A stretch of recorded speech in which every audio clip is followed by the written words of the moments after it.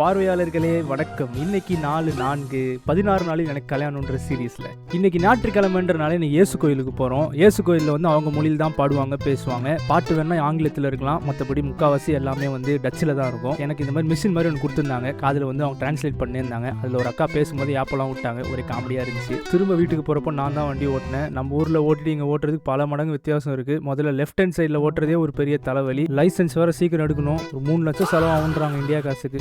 ஞாயிற்றுக்கிழமை ஆச்சுன்னா சிக்கனு இல்லை மட்டன்னு சொல்லி அடிச்சு நவுத்துவேன் பிரியாணின்னு. இன்னைக்கு எனக்கு கிடைச்சது இந்த ஆப்பிள் சூப்பு தான். கல்யாணத்துக்கு வந்தவங்களுக்கு திரும்ப போகிறதுக்கு ரிட்டர்ன் கிஃப்ட் ஏதாவது தரணும்னு சொல்லி எங்களுடைய டச்சு ஃபேமிலி எல்லாரும் சேர்ந்து இந்தியன் ஸ்பைஸ் எல்லாத்தையும் இது மாதிரி கவரில் போட்டு அழகாக பேக் பண்ணி வச்சுருந்தாங்க. நான் ஒரு உதவியும் செய்யலை, ஏன்னா நான் உதவி செஞ்சால் கெடுத்து விட்டுருவேன். அதனால் நானே டீசெண்டாக விலகிட்டு என்னோட ஃபியான்சேக்கு 2 தம்பிங்க இருக்காங்க, அவங்களோட சேர்ந்து பப்ஜி கேம் ஒன்று போட்டு சாயங்காலத்தை அப்படியே ஓட்டிட்டோம். என்னுடைய ஃபேவரட்டான ஸ்பாட் இதுதான். சாயங்கால நேரத்தில் இந்த மாதிரி வாக்கிங் போனால் நல்லா சில்லுன்னு காற்று வரும், சூப்பராக இருக்கும். இந்த கிஸ்தனிக்ஸ் கிஷோர்லாம் வந்தாருன்னா மரம் செடி கொடியை வச்சு ஒரு 10 நாளைக்கு கண்டென்ட் எடுத்துருவாரு. கொஞ்ச நேரம் இங்கே உட்காந்து வாழ்க்கையை பற்றி யோசிச்சுட்டு அதுக்கப்புறம் அப்படியே சைலண்டாக கிளம்பி போயிட்டு டின்னரை சாப்பிட்டு அப்படியே தூங்கிட்டேன். அடுத்த வீடியோவில் பார்க்கலாம். இந்த மாதிரி வீடியோலாம் உங்களுக்கு பிடிக்குன்னா மறக்காமல் சப்ஸ்கிரைபோ ஃபாலோவோ தட்டி விட்டுருங்க. டாடா பாய்.